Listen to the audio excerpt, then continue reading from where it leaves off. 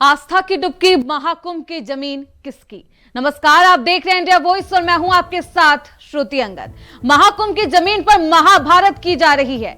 अब मात्र कुछ दिन बाकी है, लेकिन इस मेले के आयोजन से पहले एक नया खेल खेला जा रहा है। हिंदुओं की भावनाओं पर हमला किया जा रहा है, भावनाओं के साथ छलावा किया जा रहा है। कुंभ की जमीन को वक्फ के अधीन बताया जा रहा है। प्रयागराज में महाकुंभ की तैयारियां अंतिम दौर में है। देश के कोने कोने से साधु संत प्रयागराज पहुंच रहे हैं, लेकिन इस बीच ऑल इंडिया मुस्लिम जमात के अध्यक्ष मौलाना शहाबुद्दीन रजवी के एक बयान से विवाद हो गया।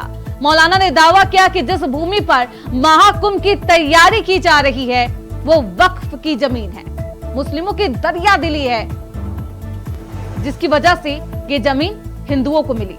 वहीं कुंभ पर सियासी बयानबाजी भी की जा रही है। समाजवादी पार्टी के विधायक ने कहा कि अगर मुसलमान कुंभ नहीं जाना चाहे तो मैं खुद लेकर जाऊंगा, अगर वो जाना चाहते हैं तो मैं लेकर जाऊंगा, वहां नहाने से लोग मर सकते हैं। इस तरीके की बयानबाजी कुंभ स्नान को लेकर, अमृत स्नान को लेकर की जा रही है। समाजवादी पार्टी के विधायक इस तरीके की बयानबाजी करते हुए नजर आते हैं। वहीं दूसरी तरफ मौलानाओं की तरफ से, जो मुस्लिम के धर्म गुरु हैं, उनकी तरफ से वक्फ की जमीन, महाकुंभ की जमीन को बताया जा रहा है।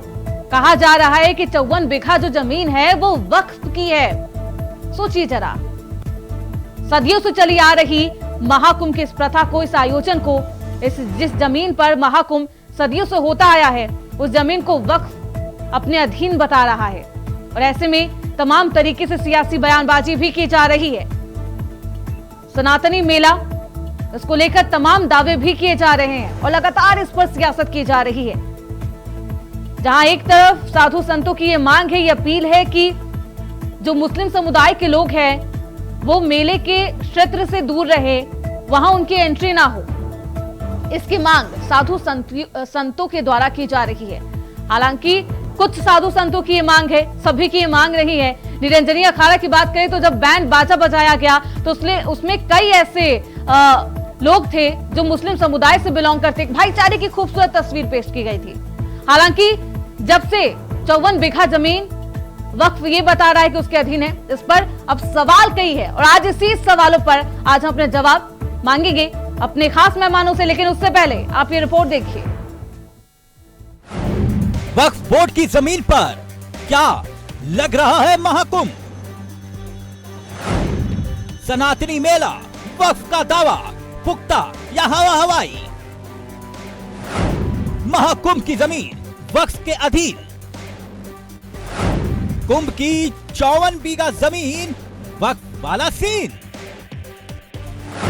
आस्था की डुबकी, महाकुंभ की जमीन किसकी? महाकुंभ पर सियासी महाभारत थमने का नाम नहीं ले रही। महाकुंभ भूमि पर दंगल देखने को मिल रहा है। लगातार मुसलमानों की तरफ से नए नए एंगल सामने आ रहे हैं। सनातनियों के सबसे बड़े मेले में खेला होता हुआ मंजर दिखाई दे रहा है। प्रयागराज महाकुंभ में मुसलमानों की एंट्री को लेकर विवाद छिड़ा हुआ है। इस बीच ऑल इंडिया मुस्लिम जमात के राष्ट्रीय अध्यक्ष मौलाना शहाबुद्दीन रिजवी ने दावा किया है कि महाकुंभ का आयोजन वक्फ की जमीन पर हो रहा है। अब उन्होंने ये बोलकर एक अलग ही बाण चल दिया है। ये वही महाकुंभ है जिसका आयोजन कर सरकार 2027 से पहले एक खास संदेश देना चाह रही है। तभी तो महाकुंभ प्रयागराज प्रधानमंत्री नरेंद्र मोदी से लेकर सीएम योगी आदित्यनाथ का आह्वान है, चलो प्रयागराज। युद्ध स्तर पर तैयारी पूरी हो चुकी है। वहीं महाकुंभ पर यूपी की सियासत भी गर्माती हुई दिखाई दे रही है। सपा सुप्रीमो अखिलेश यादव का लगातार चल रहा महाकुंभ पर तंज जारी है। वहीं अब सपा के दिग्गज नेता ओम प्रकाश सिंह भी बयानों के जरिए चर्चा में आ चुके हैं। महाकुंभ प्रयागराज में मुसलमानों की नो एंट्री पर पूर्व मंत्री क्या बोल रहे हैं वो आपको सुनाएंगे तो आप भी दंग रह जाएंगे। सपा विधायक ओम प्रकाश सिंह अपनी अलग दलीलें दे रहे हैं। गंगा माँ है, सबकी है, कौन रोकेगा? अगर मुसलमान जाना चाहेंगे तो हम लेकर जाएंगे। ओम प्रकाश सिंह यही नहीं रुके, उन्होंने कहा कुंभ नहाकर आदमी मरेगा क्या? ठंड इतनी ज्यादा है, व्यवस्था भी खराब है। इन सबके बीच मौलानाओं का बयान भी सुर्खियों में आ चुका है। मौलाना शहाबुद्दीन का दावा है कि महाकुंभ में धर्मांतरण का प्लान है। साधु संतों ने सैकड़ों मुसलमानों का धर्मांतरण कराने का प्लान तैयार किया हुआ है।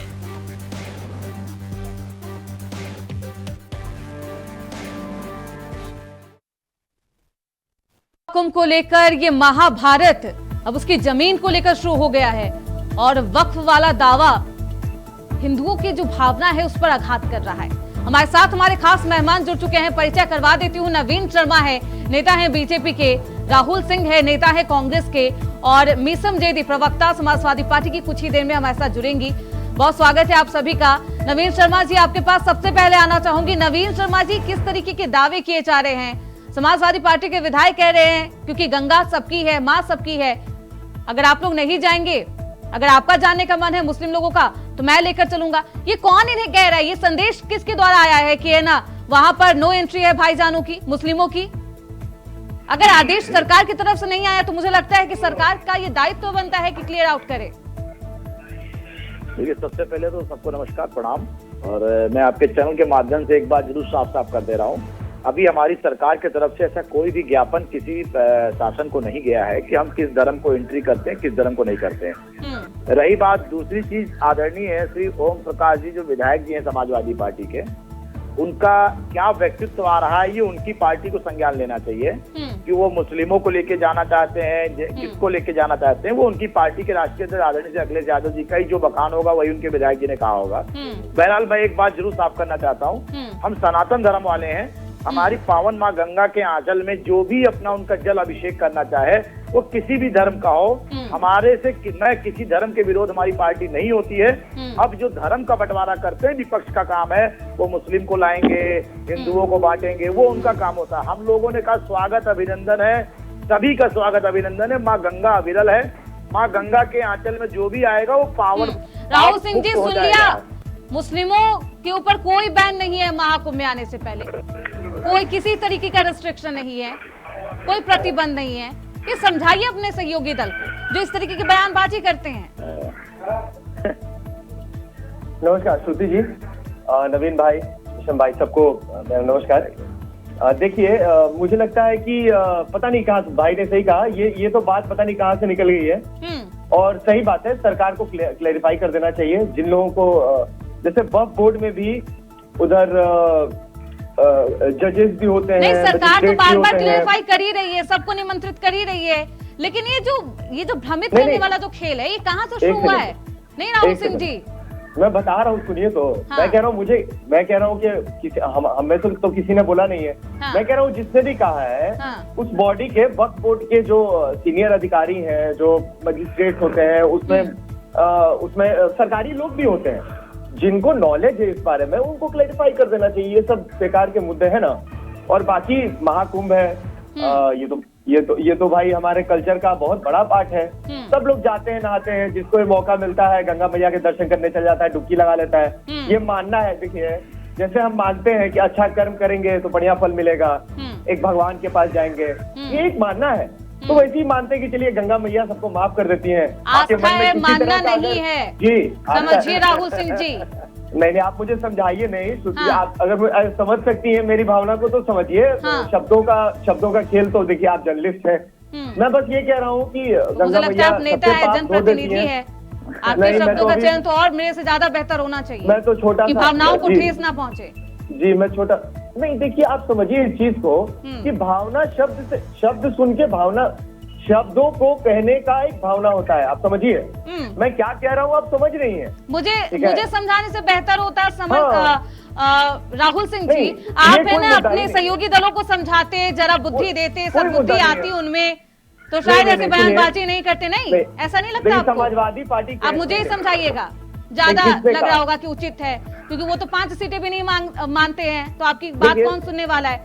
चलिए, हमारे साथ मीसम जैदी प्रवक्ता हैं समाजवादी पार्टी के, जुड़ चुके हैं। बहुत स्वागत है जैदी जी। सवाल है, आपने वो बयान सुना होगा। अब आऊंगी। अब मुझे ही समझाइएगा, मैं अब वापस आऊंगी आपसे समझने के लिए। अब मैंने बोल दिया ना राहुल सिंह जी, मैंने कह दिया, अब मैं वापस आऊंगी। नहीं, अब मैं नहीं सुना मुझे। राहुल सिंह जी, जब आपको मौका मिला, आपको मुझे समझाने का ज्यादा वो थी, दिलचस्पी थी। अब मैं वापस आऊंगी राहुल सिंह जी, मैंने कह दिया कि अब वापस आऊंगी तो वापस आऊंगी। मीसम जैदी जी, ऑडियो ऑन कर दीजिए राहुल सिंह जी का, आपको समझ नहीं आ रहा है।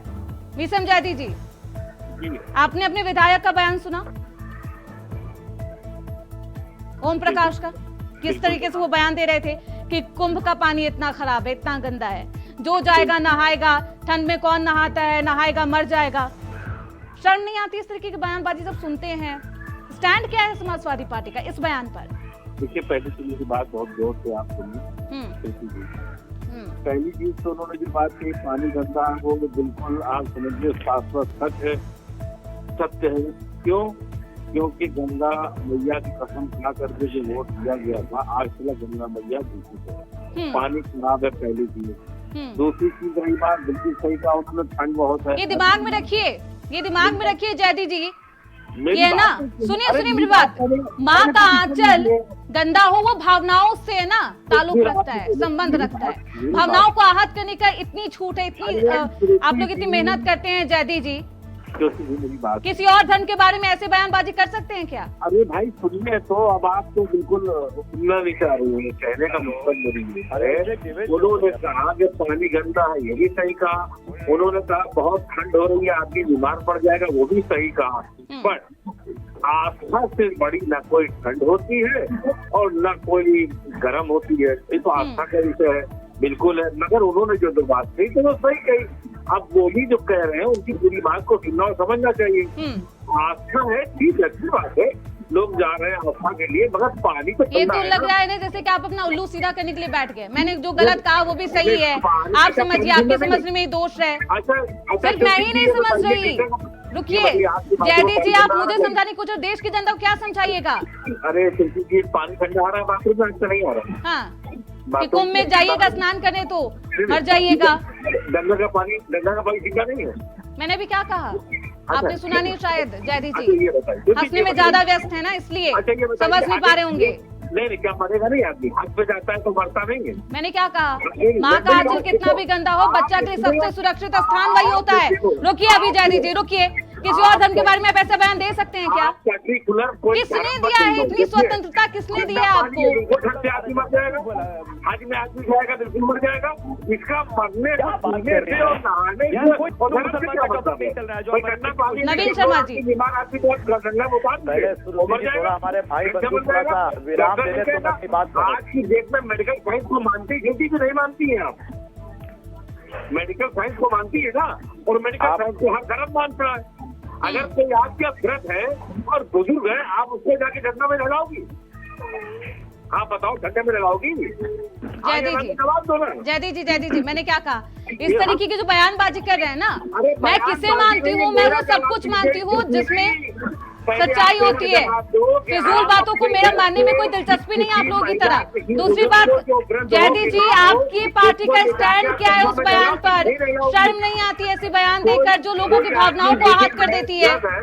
उसको हमारे हज पर नहीं भेजा जाता है, कहीं कंप्लीट न हो जाए, कहीं घटना में गुजर न जाए, तो इसका आस्था धर्म से और साइकोलॉजिकल की क्या मतलब है? चलिए ठीक है, नवीन शर्मा जी, मंदी वाली बात, जब आप पढ़ी लिखी है, इतना पढ़ लिख करके आकर के बैठ करके आप जर्नलिज्म कर रही हैं, और उसमें आप ठंडे पानी को नहीं मानने को। जयदीप साहब थोड़ा सा मुझे अवसर देंगे तो मैं कुछ कह पाऊंगा। बोलिए। मैं आदरणीय सपा के प्रवक्ता से एक बात जरूर कहना चाहूंगा, क्या ईश्वर की आस्था में कोई भी व्यक्ति अगर जाके स्नान करता है, हरिद्वार है, गंगा सागर है, प्रयागराज है, बनारस है, उन्नाव है, कहीं भी हो, तो क्या उसकी वो क्या अमर हो जाएगा या वो मृत्यु हो जाएगा? इसका फैसला क्या कोई विधायक करेगा क्या, या विधायक ऐसे शब्दों का प्रयोग करेगा क्या? आप बताइए, किसी पार्टी का स्टैंड क्या है? ये तो ईश्वर का दिया हुआ शरीर है। जहाँ मैं आपको बता दूं, कोई बुजुर्ग हो, हमारे परिवार का हो या हमारी धरती का कोई भी बुजुर्ग हो, अगर वो घर में भी बैठा है, अगर ईश्वर ने उसकी आयु को पूर्ण रूप से स्वीकार कर लिया होगा तो घर में भी उसकी मृत्यु हो जाएगी। सर, अगर आप बोलेंगे गंगा में नहाने से मृत्यु होगी, आपको मैं, अरे सबसे पहले मैं आपको बता दूं,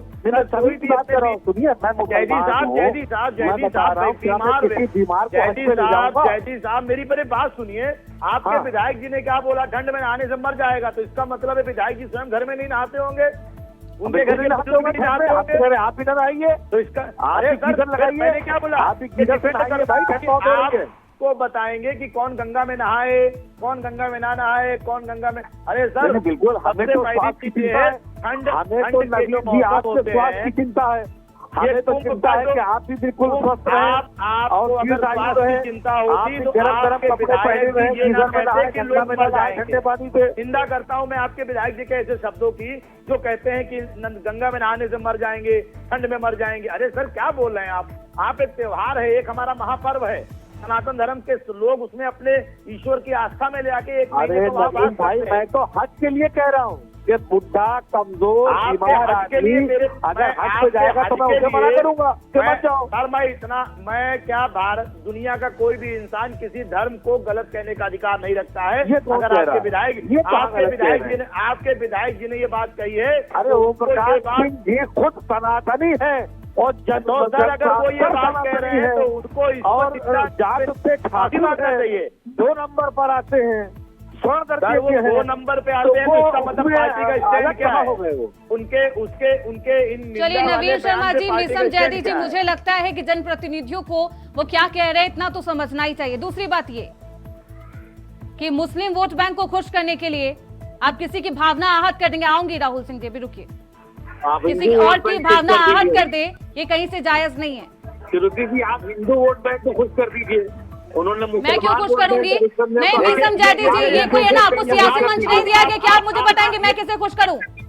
अगर आपके पास सवाल का जवाब है तो जवाब दीजिए, वरना इस तरीके से तर्कहीन बातें नहीं करी। मैं क्यों खुश करूंगी? मैं क्यों दुखी करूं? मैं क्यों खुश करूं?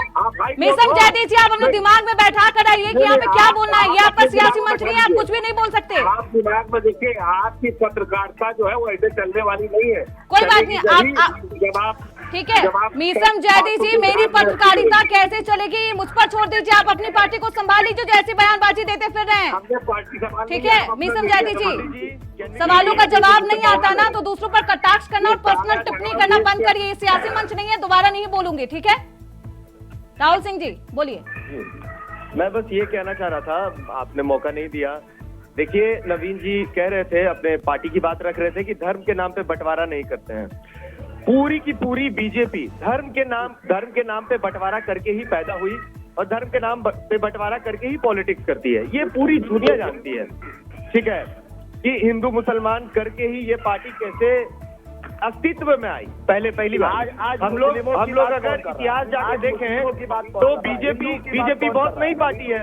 एक हम बता देते हैं सर, हिंदू भाई एक मिनट, हमारे नवीन भाई आप बोल लीजिएगा, नवीन भाई आप बोल लीजिएगा, मेरी सुन लीजिए। मैं कह रहा हूँ कैसे हिंदू महासभा से नहीं हिंदू देखिए, अरे भैया आजादी की लड़ाई में आप लोगों का कोई कंट्रीब्यूशन नहीं रहा है, आपकी आइडियोलॉजी के लोगों का कोई कंट्रीब्यूशन नहीं रहा है। मैं ये कह रहा हूँ, चाहे वो हिंदू महासभा हो, चाहे वो आरएसएस हो, वीएचपी हो, हम कह रहे बार बार नाम बदल के जनता दल, नाम बदल के कैसे भारतीय जनता पार्टी बनना पड़ा? काहे कांग्रेस का नाम नहीं बदला गया? आप बताइए ना मुझे। एक अपना नहीं, आप समझिए भैया, भारत के विश्वास भैया देखिए, ये आप और हम दोनों जानते हैं कि नरेंद्र मोदी जी ने सिर्फ हिंदू मुस्लिम की राजनीति करके और ही अपनी पॉलिटिकल इमेज बनाया है। और आपको पता है कि जब उनको सीएम बनाया गया था उसके 1-2 महीना बाद ही गुजरात में बहुत बड़ा दंगा हुआ। बीबीसी ने जिस पे डॉक्यूमेंट्री बनाया जो मोदी जी ने बैन करवा दिया इंडिया में। तो उनका पॉलिटिकल बैकग्राउंड क्या है हम सब जानते हैं कि कैसे वो दंगा करवाते थे। और बिल्कुल देखिए, धर्म के नाम पे राम मंदिर जहाँ पे बना है, वहाँ पे जो बाबरी मस्जिद थी, इस तरीके का इल्जाम लगाएंगे। अरे बिल्कुल, ये देखिए सुप्रीम कोर्ट ने बात कर रहे हैं आप, नवीन भाई सुप्रीम कोर्ट ने प्रधानमंत्री को मैं बता रहा हूँ इल्जाम लगा रहे हैं आप। अरे इल्जाम क्या लगा रहा हूँ? वो 40 करोड़ लोग, ये इल्जाम नहीं लगा रहा हूँ मैं, इल्जाम नहीं लगा रहा हूँ, मैं तथ्य बता रहा हूँ। वो सीएम थे जब चीफ मिनिस्टर थे। अरे भैया आप सुन तो लीजिए नवीन भाई वो सीएम थे, बहुत बड़ा दंगा करा है। देखिए जब अटल बिहारी जी पीएम थे, उनके अंदर में नरेंद्र मोदी जी सीएम बन के बहुत बड़ा दंगा करवाए गुजरात में। उसी तरह से नरेंद्र मोदी जी आज पीएम है और बीरेन्द्र सिंह मणिपुर में 2 साल से दंगा करवा रहे हैं वहाँ पे। वो स्टेट मैन्युफैक्चर्ड वायलेंस है, स्टेट स्पॉन्सर्ड वायलेंस है। और जैसे नरेंद्र मोदी जी को अटल बिहारी वाजपेयी जी ने नहीं निकाला था, कहीं सीएम के पद से हटाया था, उसी तरीके से बीरेन्द्र सिंह को नरेंद्र मोदी सीएम के पद से नहीं हटा रहे। नहीं तो ये देखिए, ये वायलेंस की राजनीति करते हैं बीजेपी वाले। और धर्म के नाम पे, धर्म के नाम पे, जो वहाँ के मुख्यमंत्री, धर्म के नाम पे कौन गाय गोबर करता है, कौन मंगलसूत्र मुद्रा करता है, ये हम सबको पता है। चलिए ठीक है, आज ये मुद्दा नहीं है राहुल सिंह जी, मुझे लगता है आपको समझ नहीं आ रहा। राजमाता डिक्लेयर करके गाय कचरा खाती है, ये लोग गाय के नाम पे वोट खाते हैं। क्या बताइए? नहीं, आप देखिए, गाय कचरा खाती है, आप लोग गाय के नाम पे वोट खाते हैं। जो शब्द बोला नहीं, बिल्कुल उसके पक्ष में आप उसके पक्ष में कह रहे हैं इंडिया बीफ का। अरे भैया राहुल जी आप बताइए, मोदी जी, अरे राहुल जी आप पहले ये बताइए, समाजवादी पार्टी के श्री विधायक जी ओम प्रकाश सिंह जी ने जो बयान उसके पक्ष में है आप?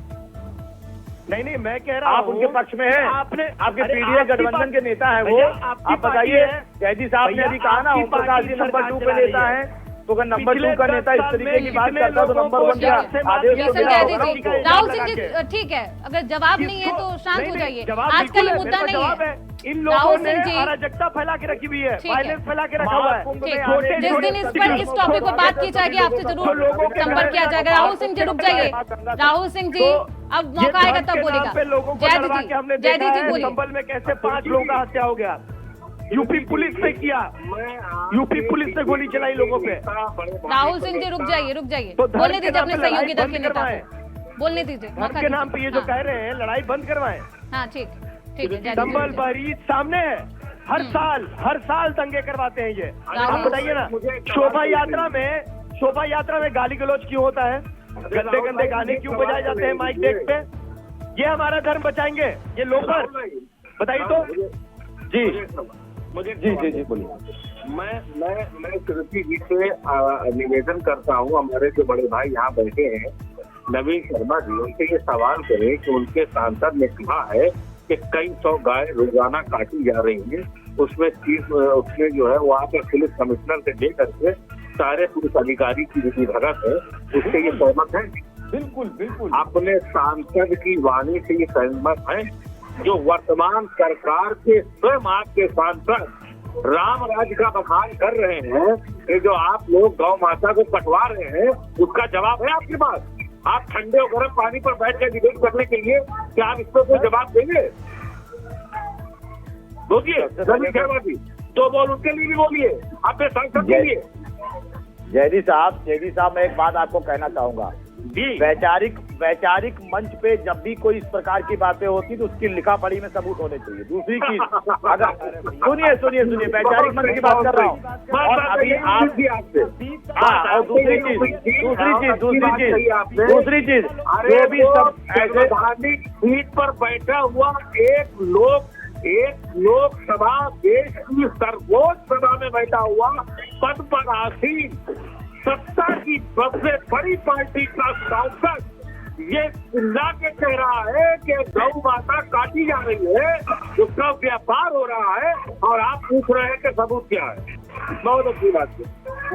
दूसरी चीज अभी आपके माननीय सांसद वर्ग साहब जो उन्होंने धक्का भड़काने वाली बात की कि नहीं की? कोर्ट ने उनको जमानत देने से इनकार कर दिया। पाकिस्तानी है, हम तो परजीवी हैं, हम तो आतंकजीवी हैं, हम सब हैं।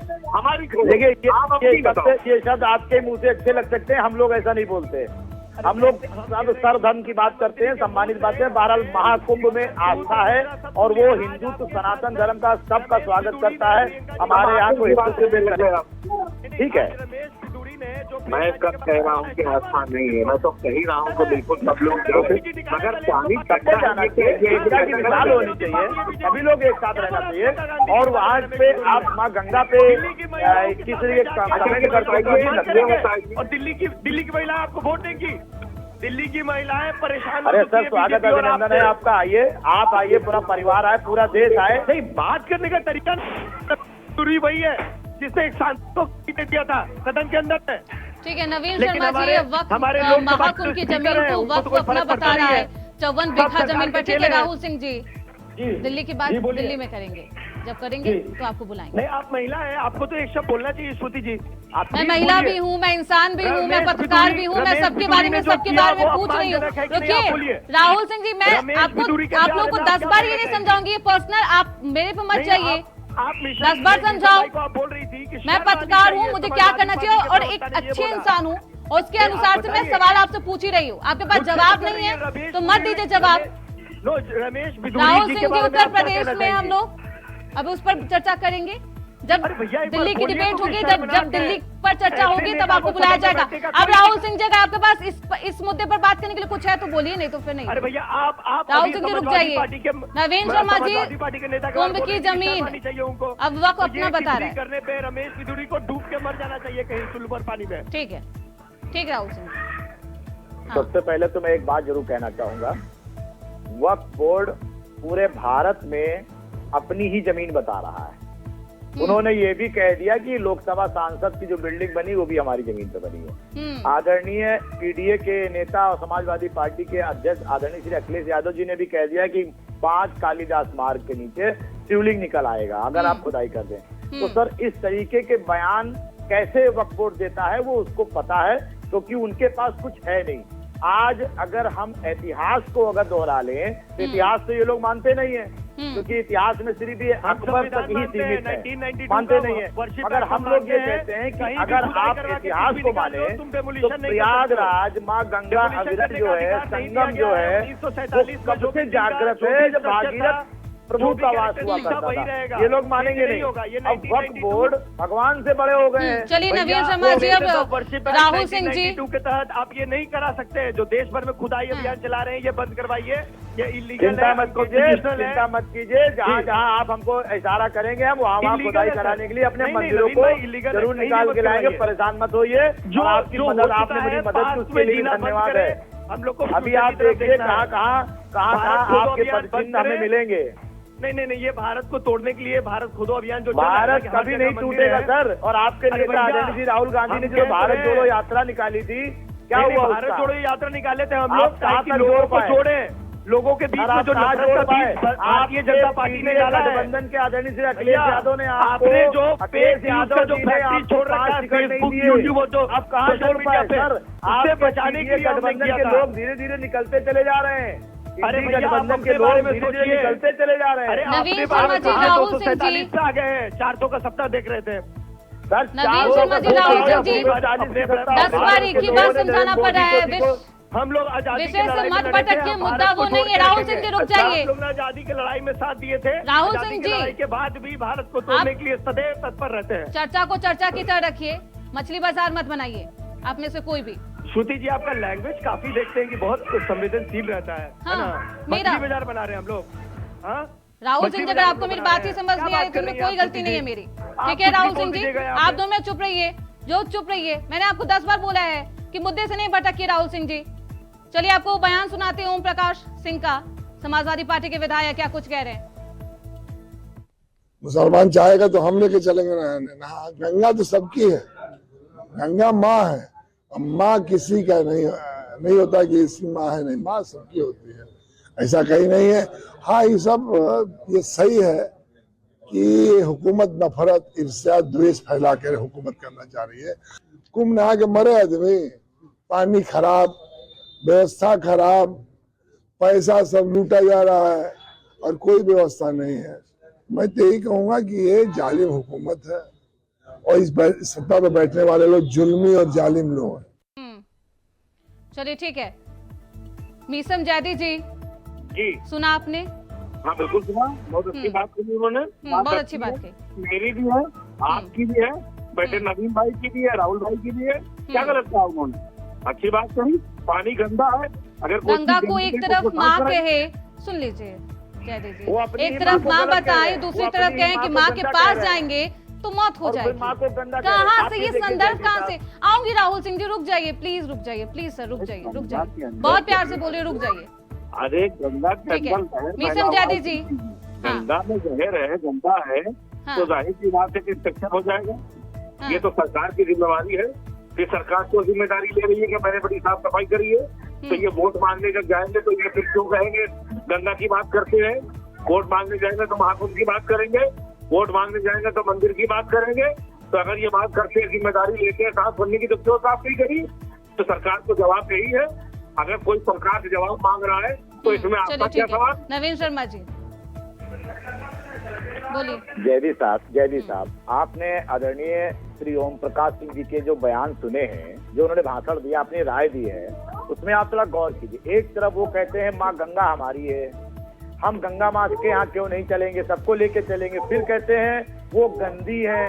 तो आप सोचिए, जब वो एक तरीके से माँ को गंदा बता रहे हैं, वो माँ को कोई गंदा कहेगा सर? जब एक तरफ से हमारी माँ गंदा है, उन्होंने सर 2012 में जब आपकी सरकार है उत्तर प्रदेश में, ठीक है राहुल सिंह जी, मंत्री, ठीक है नवीन शर्मा जी, ठीक है अगर नदी का पानी गंदा है तो उसको साफ करने का जो जिम्मेदारी वो सरकार का है। 11 साल में मोदी सरकार ने क्या किया?